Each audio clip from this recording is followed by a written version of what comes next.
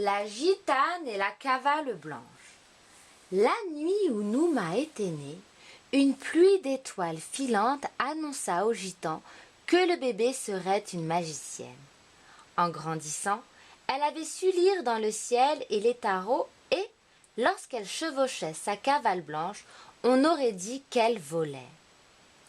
Par un bel après-midi d'été, Nouma conduisait la roulotte tandis que son père fiévreux était allongé à l'intérieur.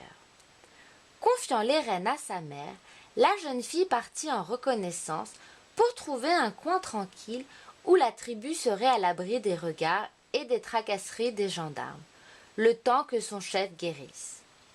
Au milieu de la forêt, sur un lac, elle trouva une île boisée. Après avoir construit des radeaux, les gitans allèrent s'y installer. Ils vécurent de chasse et de pêche et la nuit, ils dansaient et chantaient autour des feux de camp.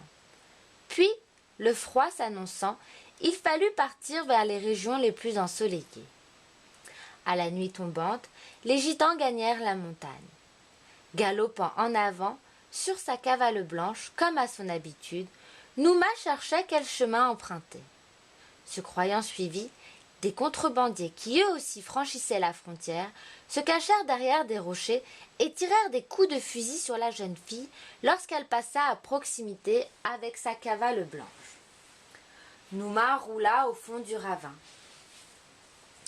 Réalisant que ce n'était qu'une jeune fille, les contrebandiers honteux se penchèrent au-dessus du précipice pour voir ce qu'il était advenu d'elle. C'est alors que Nouma, tout auréolée de lumière, se releva avec sa jument et partit vers le firmament. Protégée par sa magie, elle n'avait pas été touchée, si légère qu'elle semblait voler. Elle terrorisa les contrebandiers qui croyaient avoir affaire au diable. Ils s'enfuirent en abandonnant leurs marchandises que les gitans récupérèrent. Ces provisions les mettraient à l'abri de la faim pour un bon moment. La jeune fille, qui brillait dans la nuit, guida la tribu à travers la montagne. De la vallée, on pouvait voir une étoile danser. Mais ce n'était que Nouma, la magicienne.